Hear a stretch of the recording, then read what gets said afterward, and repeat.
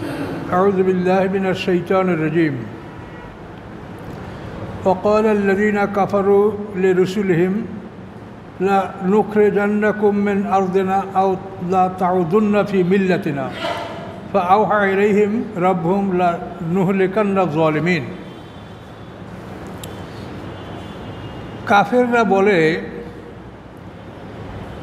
তাদের রাসূলদেরকে লা নুখরিজান্নাকুম মিন আরদিনা, অবশ্যই আমরা তোমাদেরকে আমাদের জমিন থেকে বের করে দেব। আও লা তাউদুন্না ফি মিল্লাতিনা, অথবা তোমরা আমাদের ধর্মাদর্শে ফিরে আসবে। যদি না আসো তোমাদেরকে আমরা আমাদের এই জমিন থেকে বের করে দেব। এভাবে যখন কাফেররা হুমকি দিল, ফাওহা ইলাইহিম রব্বুহুম, তখন রাসূলদের যে রব আল্লাহ তাআলা তিনি তাদেরকে ওহী করলেন, তাদেরকে জানিয়ে দিলেন। কি জানিয়ে দিলেন? লা নুহলিকান্না যালিমিন, অবশ্যই আমি জালেমদেরকে ধ্বংস করে দেব। পয়গম্বরদেরকে আল্লাহ জানিয়ে দিলেন অবশ্যই আমরা জালেমদেরকে আমরা ধ্বংস করে দেব, এবং করেছেন আল্লাহ।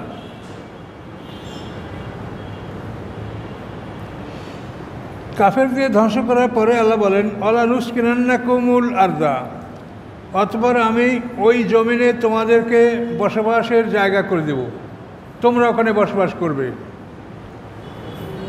মিন বাদিহিম, তাদের পরে। যালিকা লিমান খাফা মাকামি, আল্লাহ বলেন আমার এই ঘোষণা তাদের জন্য যারা আমার সামনে দণ্ডায়মান হওয়ার দাঁড়ানোর কথা ভয় করে, অখাফ ঈদ, এবং যারা আমার শাস্তিকে ভয় করে তাদের জন্য আমার এই ঘোষণা। সম্মানিত সুধী, দেখুন ফিরআউন মূসা আলাইহিস সালামকে এবং বনী ইসরাঈলদেরকে হত্যা করার জন্য বের হয়েছিল। আল্লাহ তাআলা ফিরআউনকে ধ্বংস করে দিলেন এবং সেই জমিনেই বনী ইসরাঈলদের বসবাসের ব্যবস্থা করে আল্লাহ করে দিলেন। এখানেও আল্লাহ বলেন যে আমি তাদেরকে ধ্বংস করে দেব এবং তাদের জমিনে তোমাদেরকে বসবাস করার ব্যবস্থা করে দেব তাদের পরে। আল্লাহ বলেন আমার এই সুসংবাদ কার জন্য? যালিকা লিমান খাফা মাকামি ওয়া খাফা ঈদ, আমার এই সুসংবাদ তাদের জন্য যারা আমার সামনে দণ্ডায়মান হওয়ার কথা ভয় করে, আমার শাস্তির ভয় করে, তাদের জন্য এই সুসংবাদ আল্লাহ জানিয়ে দিলেন।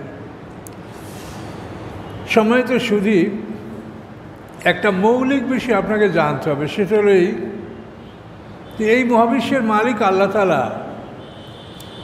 তিনি ঘুমান না, খান না, তার ছেলে মেয়ে নাই, স্ত্রী নাই। তিনি কি জিনিস চান, তিনি কি ভালোবাসেন তা তিনি আমাদেরকে জানিয়েছেন। তিনি ভালোবাসেন হক ও বাতিলের মধ্যে দুইটা দল লড়াই করবে এবং এই লড়াইতে, এই রক্তক্ষয়ী লড়াইতে হকপন্থীরা আল্লাহর পথে শাহাদাত বরণ করবে।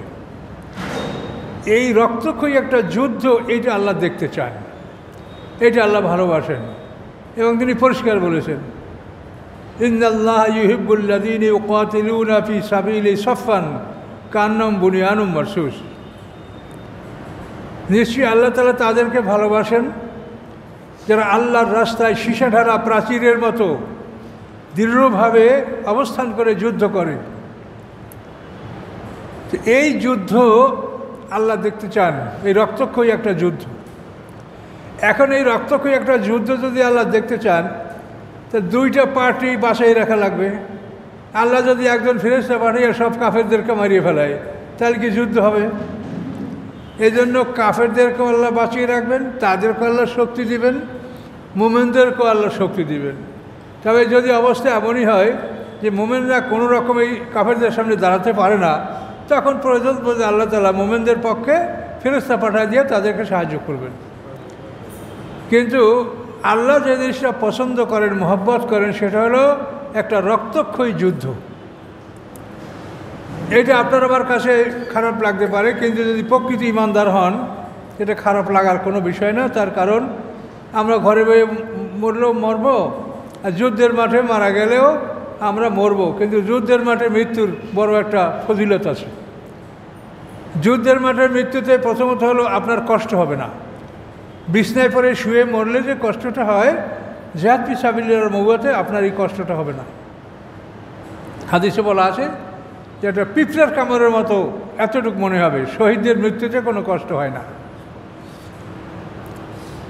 আর এই শাহাদাত বরণ করার ফলে আপনি জান্নাতে অতি উচ্চ মর্যাদা লাভ করবেন,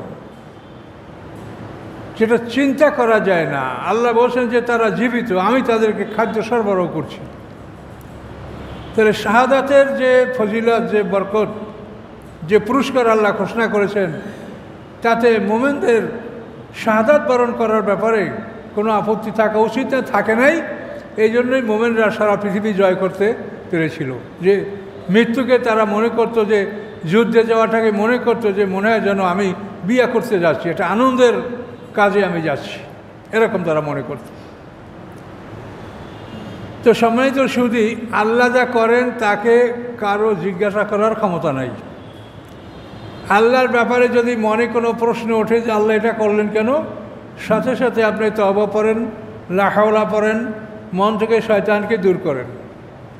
তার কারণ আল্লাহ নিজেই বলে দিয়েছেন, লা ইউসালু আম্মা ইয়াফআলু ওয়া হুম ইউসালুন।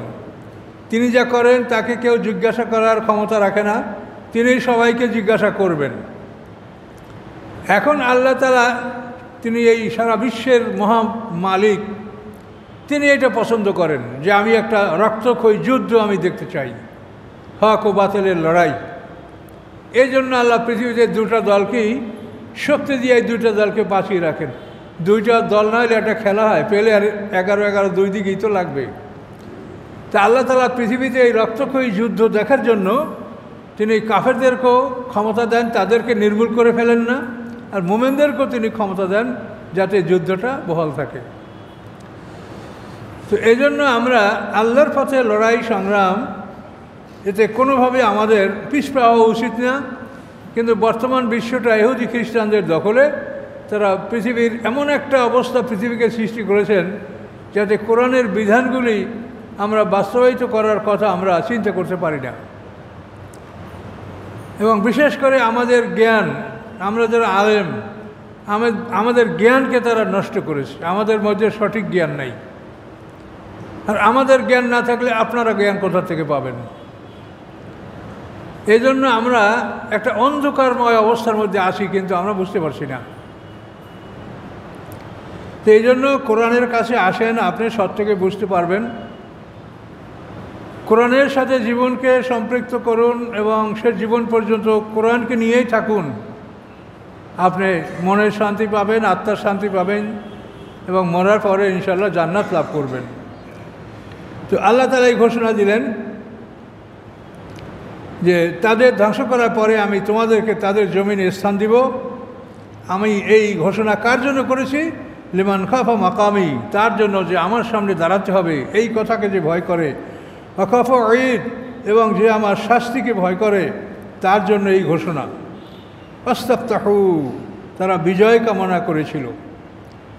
হ্যাঁ, তারা বলেছিল যে আল্লাহ, এই মুহাম্মদ সাল্লাল্লাহু আলাইহি ওয়াসাল্লামের দল আর আমরা, এই যে দল হক তাদেরকে আপনি জয়যুক্ত করেন। ওরা মনে করছে আমরাই হক, তাই আল্লাহ বলে আস্তাফতাহু, তারা বিজয় কামনা করেছিল। তা আল্লাহ বিজয় দিয়েছেন।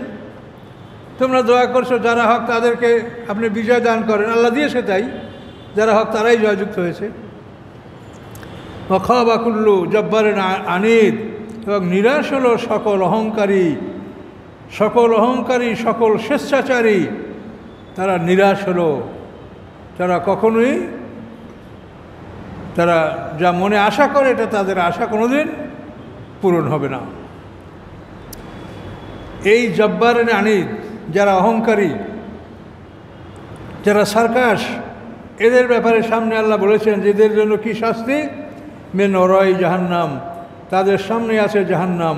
ইউসকা বিমাইন সদিদ, তাদেরকে পান করানো হবে পুঁজ, পচা রক্ত, পুঁজ। তিনাতুল খাবাল বলা হয়েছে আরবিতে। তাদেরকে জাহান্নামীদেরকে মেরে পিটিয়ে যে তাদেরকে ক্ষতবিক্ষত করা হবে, তাদের দেহ থেকে যে বিরক্তগুলি বের হবে এটা একটা নহরের মাধ্যমে সংরক্ষণ করা হবে, এবং এই পুঁজকে অত্যন্ত গরম করে এই জাহান্নামীদেরকে পান করানো হবে। ইউসকা বিমাইন সদিদ, সদিদ মানে পুঁজ, পচা পানি, পচা রক্ত। এখন এই পুঁজ যে তারা পান করবে, সেটা কিভাবে পান করবে সেটা দেখেন। ইয়াতাজাররাউহু, এই পুষ তারা একটু একটু করে গিলবে। মানে আপনি একটা তিতা ঔষধ মুখে নিয়ে একবারে গিলে ফেলেন যাতে মুখে তিতা স্বাদ না লাগে, এটা তো আমরা করি। কিন্তু এখানে আল্লাহ বলছেন ইয়াতাজাররাউহু, একটু একটু করে গিলবে, মুখ থেকে ভিতরে যাবে না। ওয়ালা ইয়াকাদু ইউসিগুহু, এবং সম্ভব হবে না যে অতি সহজে সে গলাধকরণ করবে, অতি সহজে গলার মধ্যে ঢুকিয়ে দিবে, এটা সম্ভব হবে না। ওয়াতিল মাউত মিন কুল্লি মাকান, আসবে তার কাছে মৃত্যু সকল দিক থেকে, চতুর্দিক থেকে মৃত্যু আসবে। মনে হবে যেন এই শাস্তিতে আমি মরে যাব, এই শাস্তিতে আমি মরে যাব। কিন্তু অমাহবে মাইয়েত, সে মরবে না, যেহেতু দুইটা মরণ শেষ হয়ে যাওয়ার পরে কোনো মানুষের তৃতীয় মরণ হবে না। অমাহবে মাইয়েত আমে মরাই আযাবুন গালিজ, এরপরেও তার সামনে রয়েছে আরও কঠিন শাস্তি। দেখেন, এটা সরাসরি কোরআনে আল্লাহ তাআলা বলছেন এই কথাগুলি। এরকম একটা ভয়ঙ্কর অবস্থা, যারা আল্লাহকে মানে না, রাসূলকে মানে না, কোরআনকে মানে না, তাদের জন্য এই ভয়ঙ্কর খবর আল্লাহ দিচ্ছেন। কিন্তু এই খবরগুলো তো আমরা মানুষকে শুনাতে পারছি না। এই মসজিদে কত লোক ছিল আর কত এখন আছে, তারা যে কোরআনের কথাগুলো শুনবে, আমরা কি করব? আমরা তো একটা ব্যবস্থাপনা, মসজিদ পক্ষ ব্যবস্থা করেছে যে যাতে মানুষ কোরআন শুনতে পারে। তো আমরা উভয়ে পরস্পরের সহযোগিতায় কোরআন মানুষের কাছে প্রচার করতে চাই। তো মানুষ যদি নাই শোনে তো আমাদের কি করার আছে বলেন? এই জন্য আপনারাও সাধ্য অনুযায়ী চেষ্টা করেন। যদি কত মারাত্মক কথা, যে পুষগুলোই তাদেরকে পান করানো হবে, এটা গলায় আটকে যাবে, একটু একটু করে ঢোক ঢোক করে গিলবে। সহজ হবে না যে এই পুঁজ তারা অতি সহজে গলধকরণ করবে, তার চতুর্দিক থেকে মৃত্যু আসবে, কিন্তু সে মরবে না, এবং এরপরেও তার জন্য রয়েছে আরও কঠিন শাস্তি। কি ভয়ঙ্কর খবর দেখেন। তো এই জন্য আল্লাহ তাআলা কোরআনে যে কথা বলেন সত্য, এর মধ্যে একটা কথায় কোনো মিথ্যা নাই, সন্দেহ নাই, 100% সত্য। আল্লাহ বলেন মাসালুল্লাযিনা কাফারু বিরব্বিহিম, দৃষ্টান্ত তাদের যারা রবকে অস্বীকার করে, তাদের দৃষ্টান্ত কি? আমালুম কা রামাদেন, তাদের আমলগুলি বালুর মতো, বালুর স্তূপের মতো। ইস্তাদবাদ্দের রিহু, যদি সেই বালুর স্তূপে কঠিন বাতাস প্রবাহিত হয়, তো ইয়মেন আসবেন, দুর্যোগপূর্ণ দিনে, ঝড়ো হওয়ার দিনে, তখন এই ঝড়ো হয় বালুর স্তূপগুলো সব বালু উড়ে যাবে। লা ইয়াকদিরুনা মিম্মা কাসাবু আলা শাই, তারা কোনোই অধিকার রাখবে না উহা হতে যা তারা উপার্জন করেছিল। দুনিয়াতে তারা দান করছে, ভালো কাজ করছে, সেবামূলক কাজ করছে, অনেক কিছু করছে, কিন্তু আল্লাহ বলেন তাদের উপার্জন থেকে তারা কিছুই অর্জন করতে পারবে না। তাদের উপার্জন হলে তারা কিছুই আয়ত্ত করতে পারবে না, দখল করতে পারবে না। জালিগো দলালুল বাঈদ, এবং এটা হচ্ছে সবচাইতে দূর দূরান্তর ভ্রষ্টতা। সকল মানুষের মধ্যেই কিন্তু কিছু ভালো কাজ করার প্রবণতা থাকে। এ দেখেন রেড ক্রস সোসাইটি, এটা কিন্তু একজন ইহুদি এটা করেছে, হেনরি ডুল্যান্ড। যুদ্ধাহত মানুষের সেবা করা, এটা সারা পৃথিবীর বুকে তারা একটা সেবা সংস্থা এটা করে বেড়াচ্ছে। বিশ্ব খাদ্য প্রোগ্রাম, এটা খ্রিস্টানরা করেছে, সারা পৃথিবীতে মানুষকে খাদ্য পৌঁছাবার জন্য তাদের একটা প্রোগ্রাম আছে।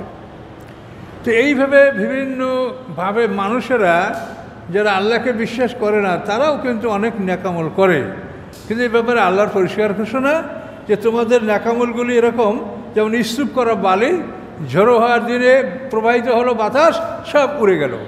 অর্থাৎ ঈমান যদি না থাকে তাহলে তুমি যতই ন্যাকামল করো, এগুলো সব উড়ে যাবে। এগুলি তুমি কিছুই আয়ত্ত করতে পারবে না, এগুলির কোনো উপকার তুমি হাসরের ময়দানে পাবে না। ঈমান তোমার প্রথম শর্ত।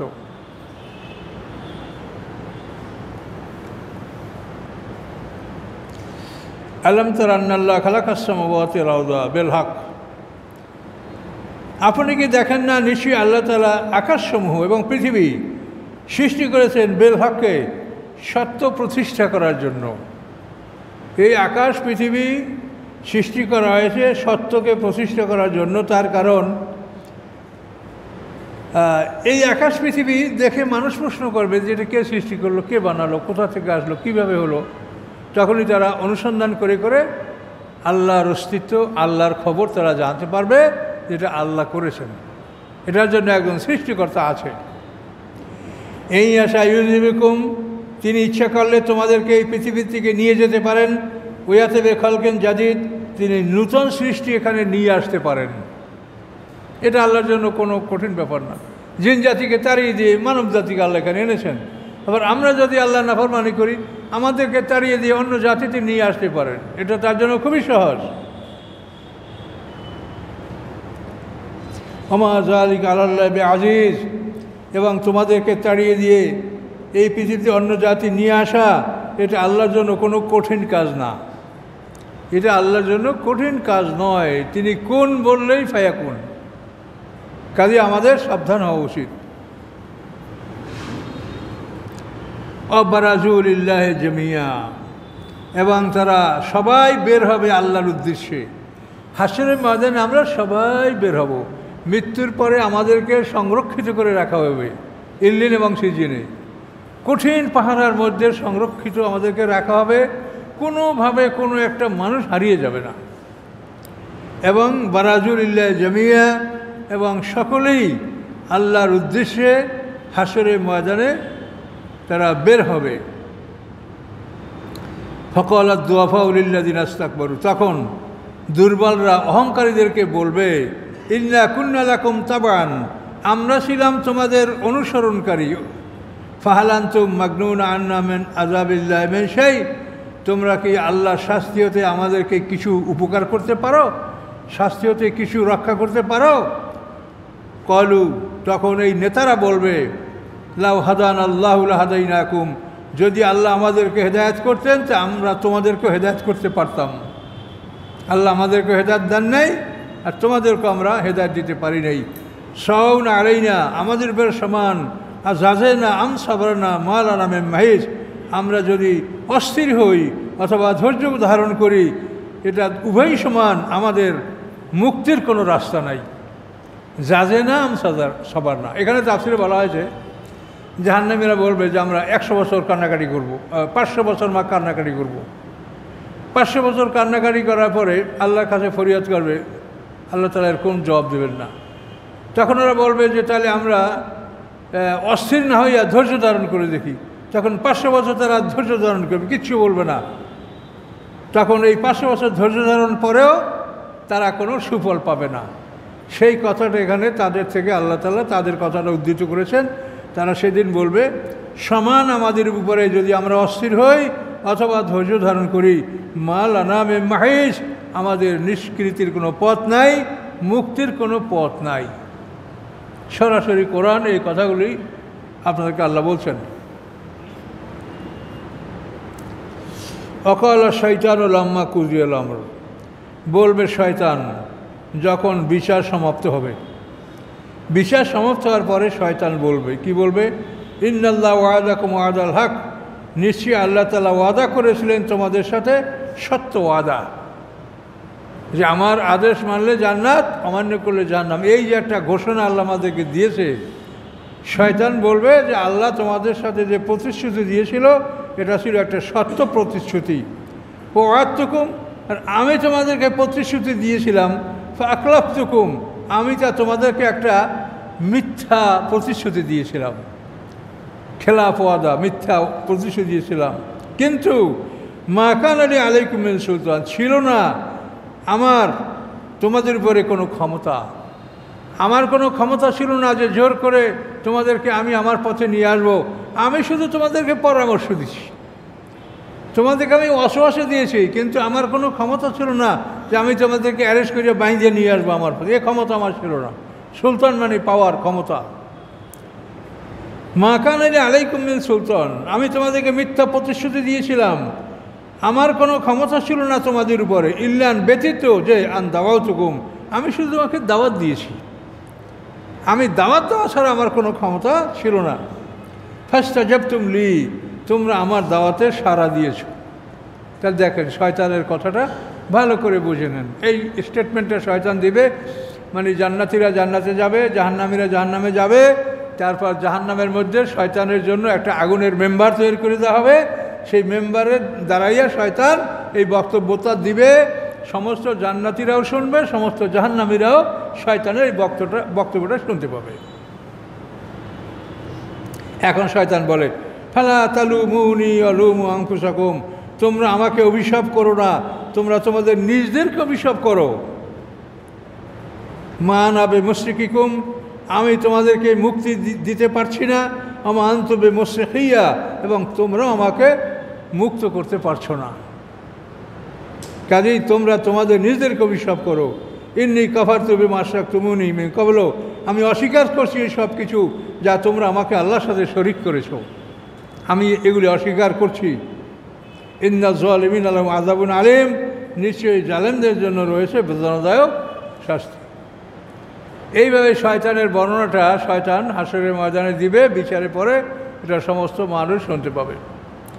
জান্নাতীরা জান্নাতে চলে যাবে, জাহান্নামীরা জাহান্নামে চলে যাবে। তারপর জান্নাত এবং জাহান্নামের মাঝখানে একটা দুম্বা হাজির করা হবে। এই দুম্বাটা হলো মৃত্যু, মৃত্যুর আকৃতি আছে।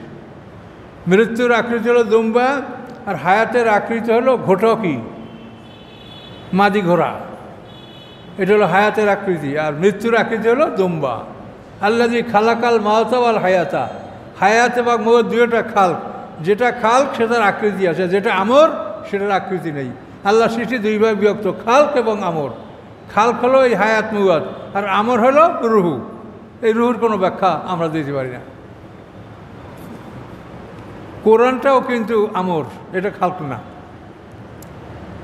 কোরআন আমর, এটা আল্লাহর আদেশ, এটা সৃষ্টি না, এটার কোনো পরিবর্তন হতে পারে না।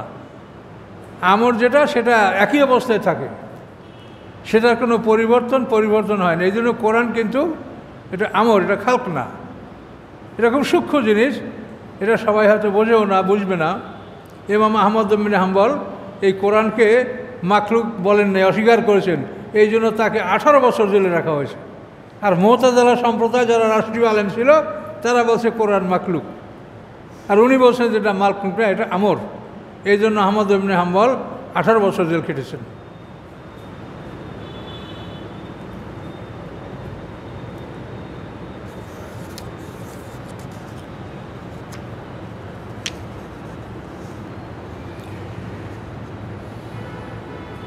ওয়াউদখিলাল্লাযীনা আমানু ওয়া আমিলুস সলিহাতি জান্নাত, প্রবেশ করানো হবে তাদেরকে যারা ঈমান এনেছে, ভালো কাজ করেছে।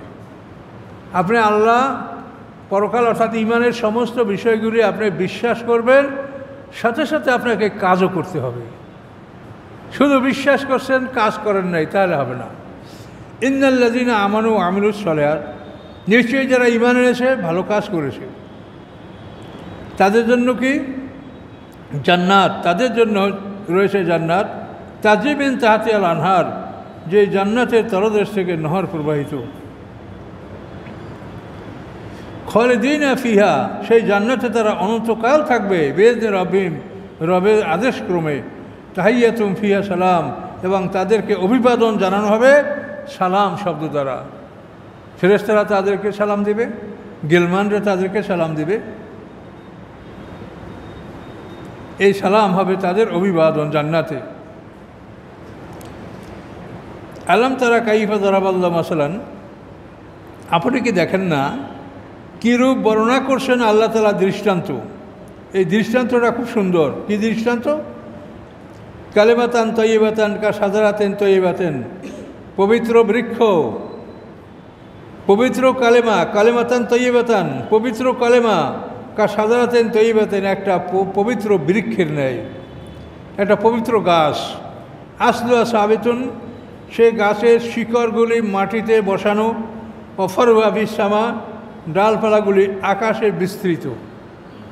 আমি আলাদা 2 নম্বরে বইতে দেখছি একটা গাছ আঁকা আছে আমার, এই কলমে তৈরি যে গাছ কোরআনে আল্লাহ বলছেন, এই গাছ আল্লাহ বলেন যেমন একটা পবিত্র বৃক্ষ, সেই বৃক্ষের আসল মানে জড়, শিকড়গুলি পৃথিবীতে দৃঢ়ভাবে বসা মাটির মধ্যে, আর শাখাগুলি আকাশে বিস্তারিত। এই কলমা তৈবার গাছ।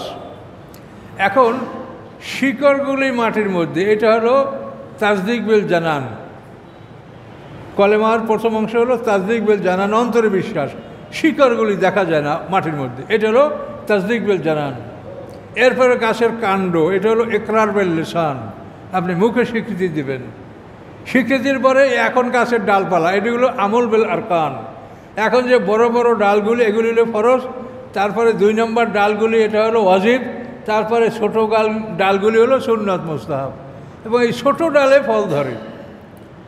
এখন ছোটো ডালে ফল ধরে, কিন্তু ছোটো ডালের ফল ধারণ করতে ক্ষমতা রাখে না যদি ওই ছোটো ডাল থেকে শিকড় পর্যন্ত লাইনটা ঠিক না থাকে। পারবে? শিকড় যদি গাছের শুকিয়ে যায় বা গাছের যে শিকড়গুলি নষ্ট হয়ে যায়, তাই কোনো ডাল ফল ধরতে পারবে?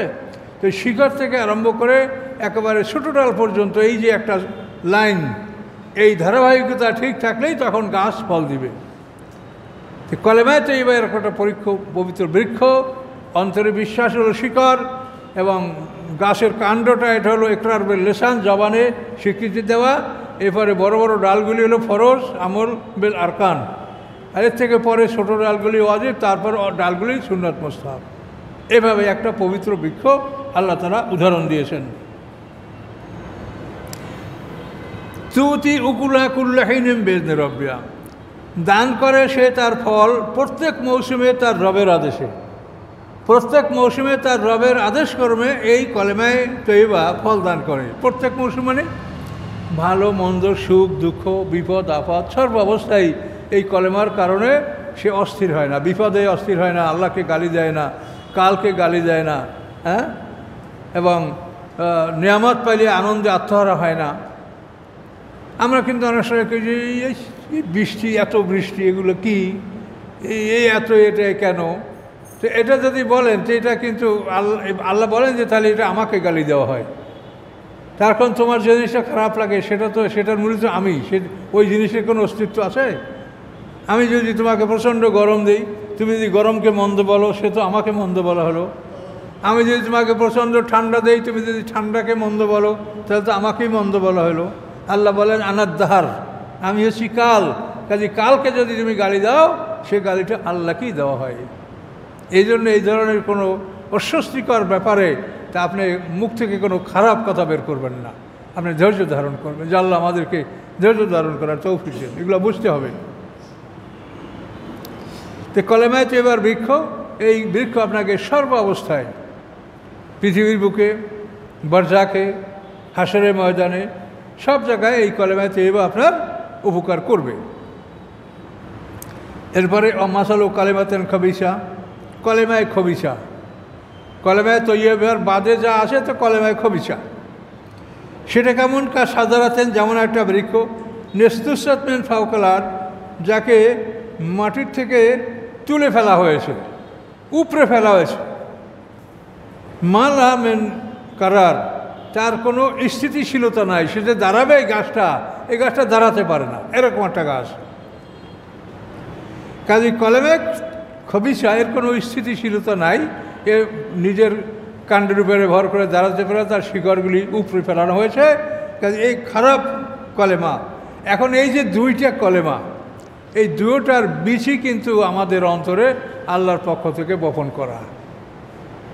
ফাআল্লামাহা ফুজুরাহা ও তাকওয়াহা, এই তাকওয়া হলো কলেমায়ে তৈয়বা এর বীজই, আর ফুজুর হলো নফসে আম্মারার বীজই। এই উভয় ধরনের বীজ এটা কিন্তু আল্লাহর পক্ষ থেকে প্রত্যেকটা মানুষের অন্তরে এটা দান করেছেন আল্লাহ জন্মগতভাবে। ছোট শিশুরা সে যে ঘরে জন্মগ্রহণ করুক, মোমেনের ঘরে, কাফেরের ঘরে, ইহুদি খ্রিস্টান, যে কোনো ঘরে, প্রত্যেক শিশুর মধ্যেই এই 2টা শক্তি, এটা দিয়েই আল্লাহ তাআলা মানুষ সৃষ্টি করেন। এখন এই 2টা দানা আপনার আমার এখানে আছে। এখন যে দানাটা আপনি অঙ্কুরিত করতে চান, সেই দানার খাদ্য আপনি সরবরাহ করেন। আপনি যদি এখানে মিষ্টি পানি সরবরাহ করেন, যে কলেমায় তৈয়বার দানাটা অঙ্কুরিত হয়ে এখানে একটা গাছ হবে।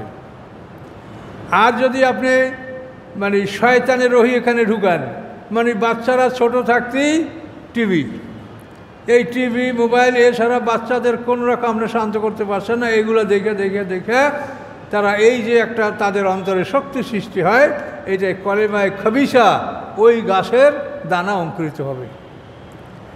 কাজে আপনি যদি হৃদয়ের মধ্যে মিষ্টি পানি যদি এখানে ঢুকান তাহলে কলেমায় তৈয়বার বৃক্ষ অঙ্কুরিত হবে, আর যদি এখানে আপনি লবণ পানি ঢুকান তাহলে এখানে কলেমায় খবিসা বা এই যে নিকৃষ্ট গাছের কথা আল্লাহ বললেন এই গাছ আপনার অঙ্কুরিত হবে। এখন আপনি ভেবে দেখেন যে কী করবেন। এই যে সমাজটাকে নষ্ট করার জন্য যে সারা পৃথিবীর ইহুদি খ্রিস্টানদের ষড়যন্ত্র, এখন এই ষড়যন্ত্র দেখেন যে কীভাবে তারা একটা নেটওয়ার্ক, একটা বেড়াজাল সারা পৃথিবী ছড়িয়ে দিয়েছে, যাতে মুসলমানদের সন্তানরা কোনোভাবে ভালো হতে পারছে না। আপনারা যারা দিনদার তাদের বাচ্চারা আপনাদের সাথে মসজিদে আসে, কিন্তু যারা মসজিদে আসে না তাদের সন্তানরা গানের মজলিসে, সিনেমায়, থিয়েটারে, সার্কাসে, এইসব জায়গায় তাদের ছেলেরা পূজায়, মেলায় তারা সেদিকে যায়। এই জন্য এই দুইটা দানা, কলেমায় তৈয়বা, কলেমায় খবিসা, এটা কিন্তু আমাদের মধ্যে আছে। এখন যে গাছের খাদ্য আমরা দান করব সেই গাছ শক্তিশালী হবে এবং সেই গাছ আপনাকে ফল দিবে। কাজে এই জন্য কোরআন পাকে আল্লাহর কথাগুলি খুব ভালো করে বুঝে নেন। আল্লাহ বলেন ইউসাব্বিতুল্লাহুল্লাযীনা আমানু বিল কওলি সাবিতি ফিল হায়াতিদ দুনিয়া ওয়া ফিল আখিরাহ। প্রতিষ্ঠিত রাখেন আল্লাহ তাআলা ঈমানদারকে প্রতিষ্ঠিত বাক্যের মাধ্যমে। প্রতিষ্ঠিত বাক্য হলো লা ইলাহা ইল্লাল্লাহ। এই বাক্যের মাধ্যমে আল্লাহ মুমিনদেরকে প্রতিষ্ঠিত রাখেন দুনিয়ার জীবন। এই যে আমাদের দুনিয়া, এই দুনিয়ার জীবনে আমাদেরকে এই লা ইলাহা ইল্লাল্লাহ এই কলেমার মাধ্যমে প্রতিষ্ঠিত রাখবেন। অফিল আখিরাতে এবং পরকালেও এই কলেমার মাধ্যমে আমাদেরকে আল্লাহ তাআলা প্রতিষ্ঠিত রাখবেন। ওয়ায়ুযিল্লুল্লাহু যালিমিন, বিপদগামী করবেন আল্লাহ তাআলা জালেমদেরকে। ওয়ায়াফআলু মা ইয়াশা, এবং আল্লাহ যা ইচ্ছে তিনি তাই করেন। কথা বুঝতে পারছেন? তো এই কলেমায় আপনাকে গ্যারান্টি দিল দুইটা, দুনিয়া এবং আখিরাত। এখন এই দুনিয়া এবং আখিরাত কিন্তু আমরা বুঝতে ভুল করি। দুনিয়াটা আমরা বুঝি জন্ম থেকে এখন মৃত্যু পর্যন্ত, এটা দুনিয়া। আর এই দুনিয়ার পরে আমাদের কি হবে? সামনে আছে কি? মৃত্যু। মৃত্যুর পরে বরজাক, বরজাকের পরে জন্ম, জন্মের পরে দ্বিতীয় জীবন, সেইটা হলো আমাদের আখিরাত। এইটা যারা না বুঝে তারা কিন্তু হিসাব কিতাবে ভুল করে ফেলবে। তারা সঠিকভাবে কোরআন বুঝতেও পারবে না, বোঝাতেও পারবে না। জীবনের যে 8টা পর্ব, আমাদের জীবনের প্রথম পর্ব হলো মৃত্যু। আমরা মরা ছিলাম। কাইফা তাকফুরুনা বিল্লাহি ওয়া কুনতুম আমওয়াতা। আদমের পিঠ থেকে, আদম সন্তানদের পিঠ থেকে, আমরা আমাদের বাবার পিঠ থেকে বের হয়ে আমরা আল্লাহর একটা কথার জবাব দিছি, আলাস্তু বিরাব্বিকুম ক্বালু বালা। তো এই যে আমরা জবাব দিছি, এটাকে জীবনে আল্লাহ ধরেন নাই। এটা হলো আল্লাহর একটা পরীক্ষা, তিনি করে আবার আমাদেরকে মৃত্যু দিয়ে দিয়েছে। এই মৃত্যু থেকে আমাদের আল্লাহ হিসাবটা ধরেছেন। কাইফা তাকফুরুনা বিল্লাহি ওয়া কুনতুম আমওয়াতা। ওটা মনে করেন কোম্পানির টেস্ট। কোম্পানি একটা ফ্রিজ, এটাকে সে প্যাকেট করার আগে একটু টেস্ট করে দেখে যে এটা কত বছরের গ্যারান্টি দেবো, ওয়ারেন্টিটা ঠিক থাকবে কি না। যে কোম্পানির টেস্ট, এটাকে ব্যবহার বলা হয় না। তা আল্লাহ তাআলা আমাদেরকে টেস্ট করেছেন যে আমি এদেরকে ইবাদতের জন্য বানাচ্ছি, সেটা তারা করতে পারবে কি না। এই জন্য আমাদের মধ্যে একটু প্রাণ সঞ্চার করে দিয়ে বলছে আলাস্তু বিরাব্বিকুম ক্বালু বালা। এই বাস আমরা পরীক্ষায় পার যে আমরা যে কাজের জন্য আল্লাহ সৃষ্টি করে কাজ আমরা করতে পারবো। এরপরে আমাদের মৃত্যু। এই মৃত্যু হলো আমাদের জীবনের প্রথম পর্ব। সবাই একসঙ্গে মরেছি। মরার পরে আমরা বরজাক, পর্দার আড়ে ঢুকেছি। আমাদের কবর হয়েছে আমার বাবার, প্রত্যেকটা মানুষের কবর হয়েছে বাবার পিঠ। এখান থেকে আমরা জন্মগ্রহণ করছি, দুনিয়াতে আসি বিভিন্ন সময়ে, এখন, আগে, পরে। এই জন্মের পরে আমাদের এই জীবন। তাহলে কয়টা পর্ব পাইলেন? মৃত্যু, বরজাক, জন্ম, জীবন, এই 4টা। আবার দেখেন এই জীবনের পরে শেষে আছে কি? আবার মৃত্যু, মৃত্যুর পরে বরজাক, বরজাকের পরে জন্ম, জন্মের পরে ইসরাফিলের সিংহের পুত্রের জন্ম, জন্মের পরে জীবন। এই 8টা পর্ব জীবনের। এইটা যদি আপনি না বোঝেন তাহলে আপনি কোরআন বুঝতে পারবেন না। এখন এখানে দুনিয়া ও আখিরাত, এই 2টা পর্বে আল্লাহ বলবে কলেমায় তাকে উপকার করবে।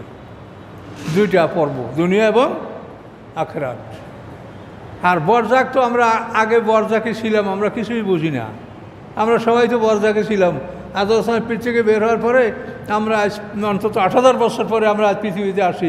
এই 8000 বছর আমরা কীরকম ছিলাম কিছু বলতে পারি আমরা? এই বরজাকের খবর আমরা কিছু বলতে পারি না। আবার মরার পরে আমরা হাসরের ময়দানে উঠবো, এই একটা বরজাক। এই বরজাকে আমরা এতটুকু আল্লাহর কাছ থেকে জানতে পারছি যে যারা ভালো তারা ইল্লিনের সংরক্ষণ তাদেরকে করা হবে, আর যারা পাপী তাদেরকে সিজিনের সংরক্ষণ করা হবে। এই বরজাকে আমরা থাকবো। বরজাকের পরে সিঙ্গার ফুট করে আমাদের জন্ম হবে হাসরের ময়দানে সবাই একসঙ্গে। তাহলে আমরা মরেছি একসঙ্গে, আবার জন্ম হবে একসঙ্গে। তাহলে সব মানুষের হায়াত সমান। যারা আমরা এখন জন্মগ্রহণ করছি পিছনে আমাদের বরজাক বেশি ছিল, সামনে বরজাক কম। আর যারা নূহ আলাইহিস জামায় জন্মগ্রহণ করছে তাদের পিছনে বরজাক কম ছিল, সামনে বরজাক বেশি। তো দুইটা বরজাক মাঝখানে জীবন, এটা যদি মিলান প্রত্যেকটা মানুষের বয়স সমান। কোনো মানুষ কারো চাইতে এক মুহূর্তের জন্য ছোট বড় না, সব মানুষ সমান। এটা কিন্তু আমার বুঝতে হবে। কাউকে যদি আল্লাহ হায়াত বাড়াই দেন, তাহলে মনে করেন আমাকে আল্লাহ হায়াত বাড়াই দিবেন, তো আমার সামনে আছে বরজাক, ওই বরজাক থেকে 20 বছর আমার হায়াতের সাথে যোগ দিয়া 20 বছর বরজাক থেকে কমাই দিলেন, আমার হায়াত বাড়লো। যদি আল্লাহ আমার হায়াত কমাই দিতে চান, তা আমার হায়াত থেকে 20 বছর বরজাকের সাথে যোগ হয়ে যাবে, বরজাক 20 বছর বাঁচলো, হায়াত 20 বছর কমলো। এভাবে হায়াত বাড়ানো কমানো, কোনো মানুষকে একজনের হায়াত থেকে আরেকজনকে বাড়ানো হবে না, এবং এটা অসম্ভব ব্যাপার। দেখেন এই যে একটা হিসাব আপনাকে দেওয়া হলো, দাউদ আলাইহিস সালামকে আদম আলাইহিস সালাম 20 বছর হায়াত বেশি দিয়ে, তো বিখ্যাত হাদিস। কিন্তু আমরা তো হাদিস কোরআনের যুক্তিতে এটা টিকে না। তার কারণ একটা মানুষ যদি 20 বছর হায়াত বেশি হয়, এটা হবে মহাবিপদ। তার কারণ সবাই হায়াত সমান, একজন আর 20 বছর বেশি। এখন এই সৃষ্টি বা একটা জিনিসের সমাপ্তি তো আসেই, হাজার হাজার কোটি কোটি বছর পরে সমাপ্তি তো আসে। এখন সবাই একসঙ্গে হায়াত সমান, আমরা একসঙ্গে সবাই বিলীন হয়ে গেলাম। সেই সময় যদি একটা মানুষের 20 বছর হায়াত বেশি থাকে, এই 20 বছর সে কেমন করবে বলেন? একটা মানুষ 20 বছর একা কেমন করে থাকবে? এটা কি সম্ভব? কাজে এই জন্য এই বিষয়গুলি আল্লাহ আফালা তাআকিলুন আফালা ইয়াকিলুন কোরআন শরীফে 46 বার বলছে যে তুমি জ্ঞানকে কাজে লাগাও, বোকার মতো কোনো কাজ করো না। আর তোমাকে যারা ধর্মের নামে বোকা বানায় তাদেরকে তুমি মানো না, তোমার নিজের বিবেক জ্ঞানকে কাজে লাগাও।